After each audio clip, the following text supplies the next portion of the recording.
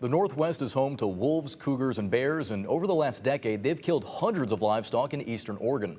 Whitney Ward with our sister station in Spokane dug into the numbers and spoke with a woman who feels her entire livelihood is under attack, not just by the animals, but also by state leaders who she says aren't fixing the problem. I did not bring any apples. We didn't. Kathy McKay is the lifelong owner of K Diamond K Guest Ranch in Republic. Built by her parents, she has spent her life continuing the family legacy and passing it on to others. We feed 2 tons of hay a day. But as she showed me around her 1,700-acre property, she says the growing wolf population right in her own backyard makes her wonder about the future. We're the ones going extinct. Kathy tells me she has known wolf packs on all sides. This is where they're killing the most. We have our cattle currently just down in that field. How many packs are up here? Do you know? I know of about 5 packs that are within 25 miles of us. That hasn't always been the case. She says it's only been in the last 5 to 7 years that the wolves have truly emerged as her #1 threat. Kathy tells me she's lost more than 100 animals here at the ranch over the last decade. At first, it was maybe 1 or 2 each year, but this year alone, it's already been 20. She says the problem clearly is not getting better, it's getting worse. But wolves are not the only predator out there. This map from Washington's Department of Fish and Wildlife shows reported sightings of the state's wolves, cougars, and even grizzly bears.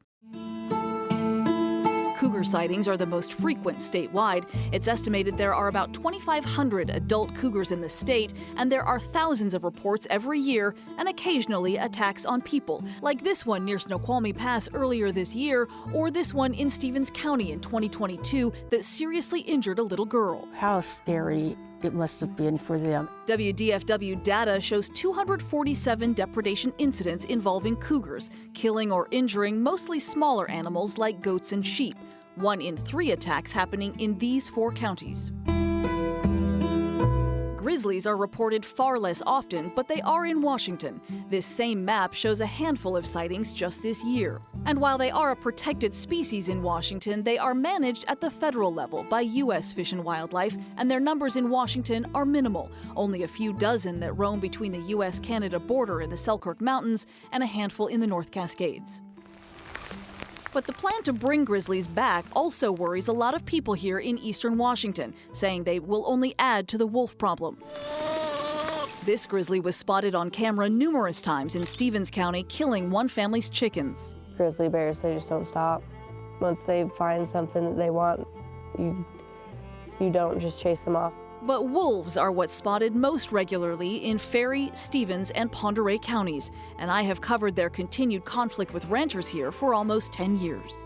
More than half of the state's 42 documented packs are in this small remote corner of the state, at least 260 total wolves and 36 known attacks on cattle. But law enforcement here says those official numbers are just a fraction of reality. Some of the ranchers here aren't reporting anymore because contacting us, contacting the Department of Fish and Wildlife, they have given up on us coming up with solutions. Ray Maycumber has been the sheriff of Ferry County for the last decade. He is now one of 16 Eastern Washington sheriffs who have formed a coalition providing testimony to the Fish and Wildlife Commission about serious concerns for public safety. You've got bus stops out in the rural areas that overlap with known wolf territory. They're being seen all over the place, even in backyards. He says ranchers and property owners like Kathy have lost faith in the state's ability or willingness to manage Washington's wolves in a way that works for everyone. We keep following a plan that isn't working.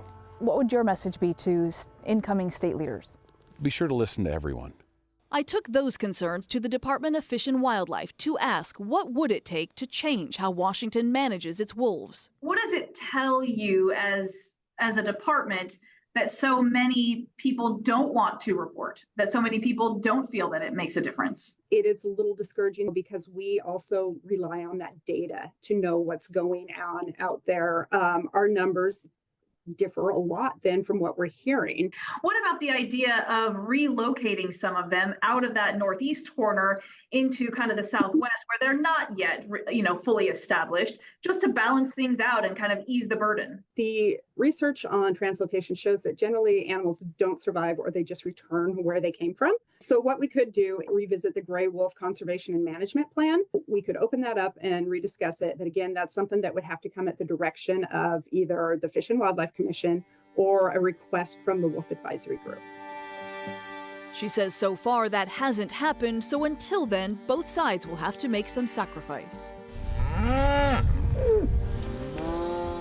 Back here at K Diamond K, Kathy says the sacrifice has been one-sided. There's people 300 miles away making decisions for our livelihood. I feel like we're preaching on deaf ears. She worries even if there is a change, it may be too little and too late.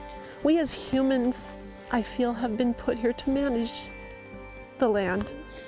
Our whole life, we helped animals, and they can't speak, they can't talk, so they are all